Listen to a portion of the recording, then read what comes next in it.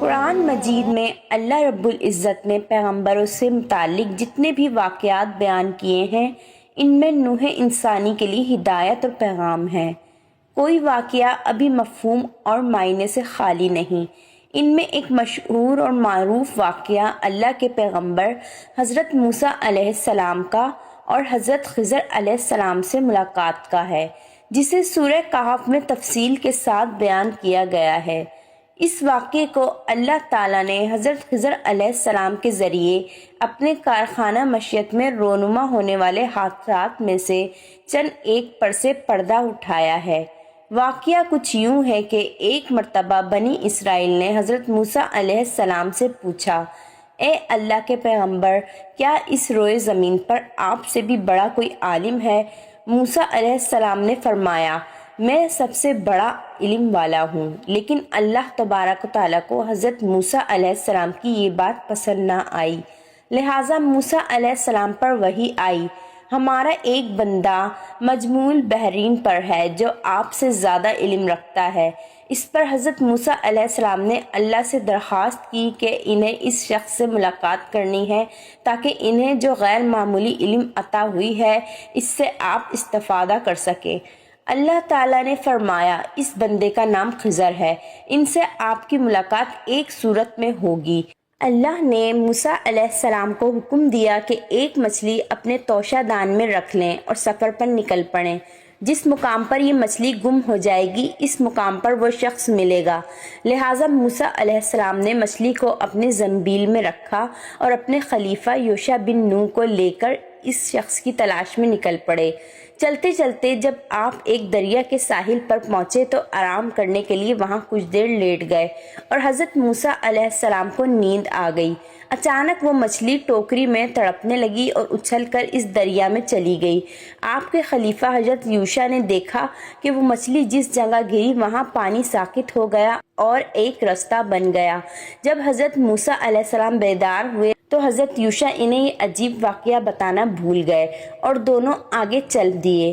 جب دوسرے دن یاد آیا تو حضرت یوشع نے آپ کو سارا واقعہ سنا دیا، لہٰذا حضرت موسیٰ سمجھ گئے کہ یہ وہی مقام تھا جہاں اس مرد صالح سے ملاقات ہونی تھی، لہٰذا آپ دونوں واپس اسی راستے پر لوٹے اور اس مقام پر پہنچے تو دیکھا وہاں ایک چٹان پر چادر اوڑھے ایک شخص بیٹھا ہے۔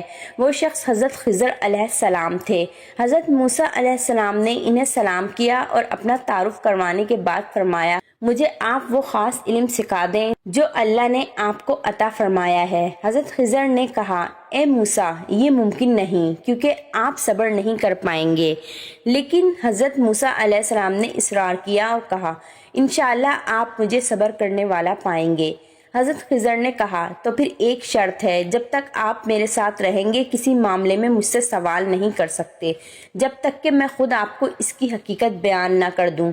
لہٰذا حضرت موسیٰ نے شرط منظور کر لی اور دونوں بزرگ اس ساحل کے راستے چل پڑے۔ چلتے چلتے آپ ایک مقام پر پہنچے جہاں ملاح لوگوں کو کشتی پر سوار کر رہا تھا تاکہ وہ لوگوں کو دریا پار کرا دے۔ جب اس ملاح نے حضرت خضر کو دیکھا تو پہچان لیا، یہ اللہ کے ایک نیک بندے ہیں، لہٰذا اس نے آپ دونوں سے کوئی کرایہ نہ لیا اور اپنی کشتی میں سوار کر لیا۔ جب کشتی چلنے لگی اور دریا کی لہروں کے درمیان پہنچی تو حضرت خضر نے اس کشتی کا ایک تختہ توڑ دیا جس سے کشتی میں سوراخ ہو گیا۔ اس پر حضرت موسیٰ علیہ السلام نے کہا، اس ملاح نے آپ کے ساتھ اتنا اچھا سلوک کیا اور بدلے میں آپ نے اس کی کشتی توڑ ڈالی، یہ آپ نے بہت برا کام کیا ہے۔ اس پر حضرت خضر نے کہا، میں نے آپ کو پہلے ہی کہا تھا کہ آپ صبر نہ کر سکیں گے۔ لہٰذا حضرت موسیٰ نے معذرت کی اور کہا، میری اس غلطی کو درگزر کر دیجیے، میں اپنا وعدہ بھول گیا تھا۔ اسی دوران ایک چڑیا آئی اور اس کشتی کے کنارے بیٹھ کر دریا میں چونچ ڈالا اور پانی پینے لگی۔ حضرت خضر علیہ السلام نے حضرت موسیٰ سے کہا، میرا اور آپ کا علم دونوں ملا کر بھی اللہ کے علم کے سامنے اتنی حیثیت نہیں رکھتے جتنا ابھی اس چڑیا کے چونچ میں اس سمندر کا پانی ہے۔ کشتی ایک ساحل کے کنارے رکی، لہٰذا دونوں حضرات اتر گئے اور آگے چل دیے۔ راستے میں انہیں ایک بچہ نظر آیا جو کھیل رہا تھا۔ حضرت خضر آگے بڑھے اور اس بچے کی گردن مروڑ کر اسے قتل کر ڈالا۔ یہ دیکھ کر حضرت موسیٰ علیہ السلام بہت غضبناک ہوئے اور غصے میں بولے، یہ آپ نے کیا کر ڈالا؟ آپ نے ایک معصوم نفس کی جان لے لی۔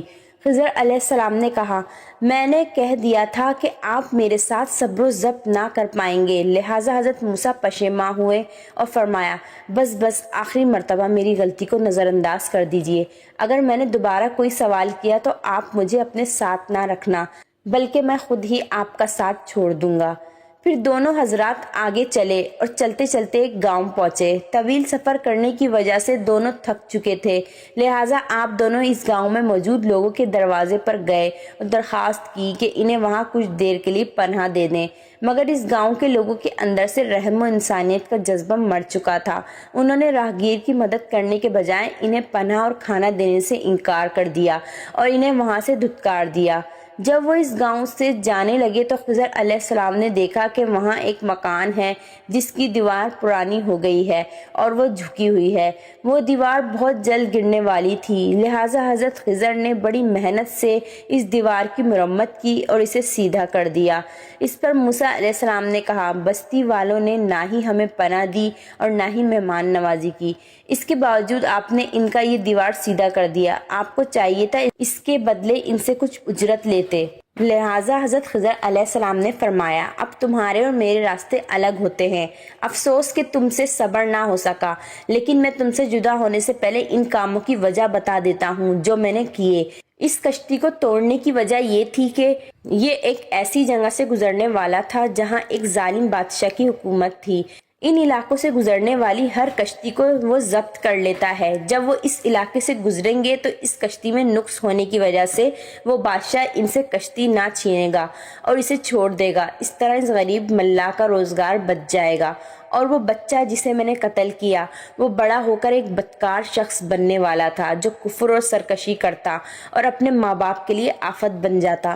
لہٰذا حکم الہی میں نے اسے قتل کر دیا تاکہ اس کے ماں باپ اس کے اس فتنے سے محفوظ ہو جائیں، اور اب اللہ بدلے میں انہیں ایک نیک اور صالح اولاد سے نوازے گا۔ وہ دیوار جس کے نیچے ایک خزانہ دفن ہے جو 2 یتیم بچوں کی وراثت ہے اور جسے اس کے باپ نے وہاں دفن کروا دیا تھا، اور دیوار گرنے کی وجہ سے بستی کے لوگ خزانہ لے لیتے، مگر اب وہ خزانہ محفوظ ہے، اور جب وہ یتیم بچے جوان ہوں گے تو وہ خزانہ انہیں مل جائے گا۔ اس طرح وراثت ان کے اصلی حقدار تک پہنچے گی۔ یہ سارے کام میں نے خود اپنی مرضی سے نہیں کیے، بلکہ یہ اللہ کا حکم تھا جس پر تم صبر نہ کر سکے۔ یہ وہ خاص علم تھا جسے علم لدنی کہا جاتا ہے، جو حضرت خضر علیہ السلام کو اللہ کی طرف سے عطا کیا گیا تھا۔